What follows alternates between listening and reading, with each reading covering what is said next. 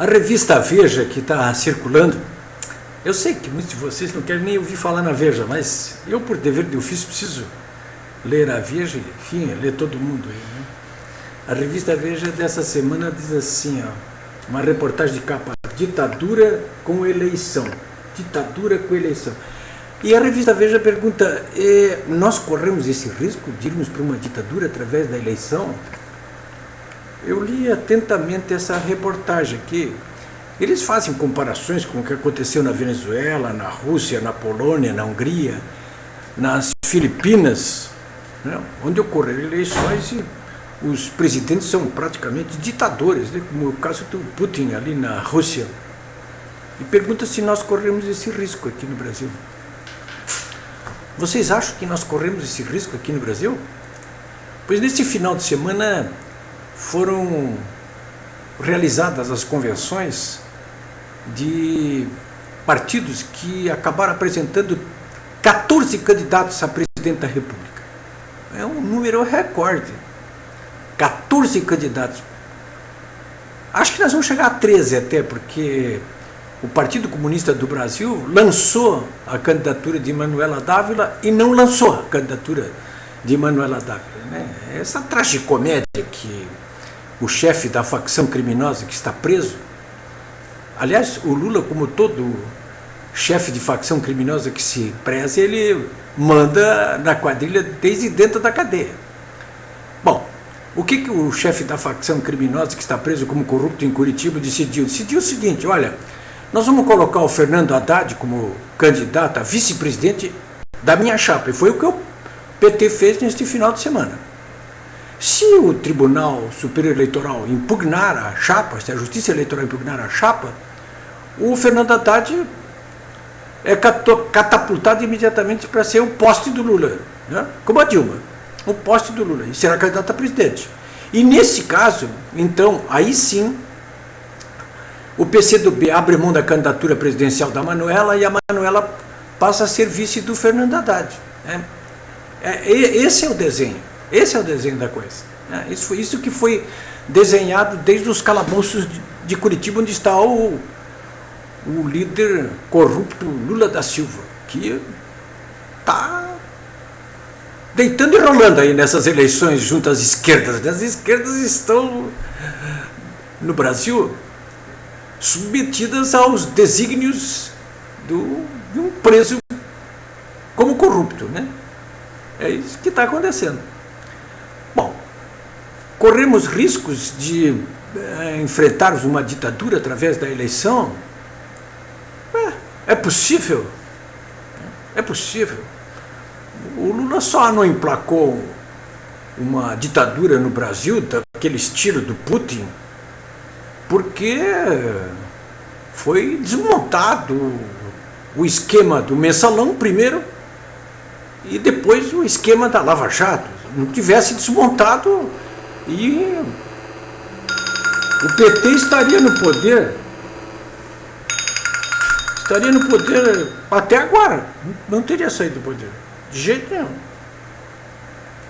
E aí ficava parecido com o Putin na Rússia. O Putin, uma hora ele é presidente, outra hora ele é primeiro-ministro. Quer dizer, quando ele não é presidente, ele elege um poste, aí vira primeiro-ministro, aí é uma ditadura perfeita, né? Essa aí é uma ditadura perfeita. Ou faz como Maduro na Venezuela, né? Simplesmente faz como Maduro na Venezuela. Reeleições ad infinitum. Enfim, nós já corremos esse risco aqui, né? Isso foi desmontado. A ditadura era para durar 1000 anos, né? Mas isso não aconteceu, felizmente, né? Pode acontecer de novo? Eu acho que pode acontecer de novo. Pela esquerda? Sim, acho que pela esquerda, mas acho que também pela direita. Eu explico. Pela esquerda, se o Fernando Haddad vencer as eleições, o PT, coisa que eu acho absolutamente improvável, eles vão tentar emplacar de novo isso aí, né? Esse esquema deles, né? Bota o poste, depois solta o Lula e depois... É isso aí, né? E pela direita, né? Eu já me explico também. Ora, é claro que Isso pode ocorrer, por exemplo, no caso da vitória do Bolsonaro, que eu acho muito provável, a vitória do Bolsonaro, né? Que nesse final de semana teve como companheiro de chapa o general Hamilton Mourão. Aliás, o general Mourão estava, agora estou falando com vocês aqui, segunda-feira, dia 6 de agosto, dia 6 de agosto, são 15 horas. O general Mourão ainda há pouco almoçou ali na Câmara de Indústria e Comércio de Caxias do Sul, falou para o empresário de Caxias do Sul, né? À noite vai estar com Bolsonaro, em Gramado, aqui no Rio Grande do Sul. Os dois vão estar lá, de noite em dois eventos, um da Voz do Campo, que reúne o agro, né? E outro uma reunião de 1000 pastores da Assembleia de Deus. Então, segunda-feira é dia de Bolsonaro aqui no Rio Grande do Sul.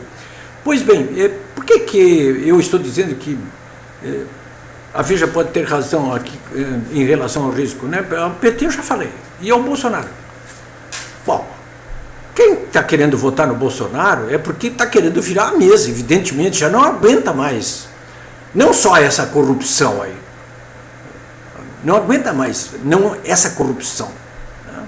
E é capaz de identificar o eleitor exatamente quem são os candidatos que de uma ou de outra forma estão ligados à corrupção, ou com corruptos. E desejosos de, se eleitos, passar uma régua em cima de tudo isso aí. Né? Liberta todo mundo, inclusive o Lula. Então, o que sobra aí? Sobra pouca coisa aí.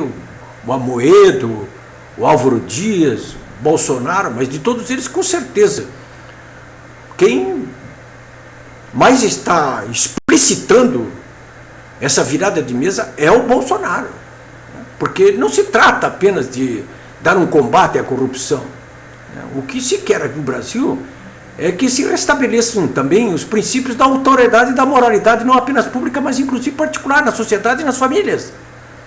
É isso que se quer. É isso que o Bolsonaro está dizendo e está deixando perplexo, como deixou na semana passada os jornalistas despreparados, aparelhados, no início da semana na TV Cultura e no fim de semana na Globo, né, com aquele espetáculo patético da Miriam Leitão, ao final daquela entrevista debate lá, parecendo que estava numa mesa espírita ali, nos copos, ouvindo o fantasma de Roberto Marinho ditar para ela uma nota absolutamente estapafúrdia, desnecessária, sem sequer dar o direito de réplica para o Bolsonaro. Né? Então é tudo isso aí, olha aqui, ó, é acabar com a corrupção, é restabelecer os princípios da autoridade, da moralidade pública e privada na sociedade e nas famílias, né? E com isso, inclusive, estabelecer um clima capaz de manter a segurança para que esse país volte a crescer do ponto de vista econômico de maneira sustentável, acelerada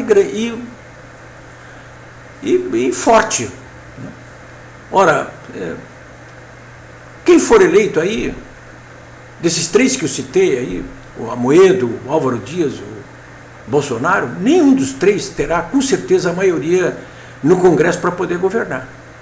Mas dos três, o que certamente menos disposição para fazer acordo com os bandidos é o Bolsonaro. E aí, meus caros, a profecia da Veja pode acontecer. E por que não? E que saída haverá? As rãs querem alguém que faça o que tem que fazer. Como diria o Collor, duela a quem duela. Esse é o jogo.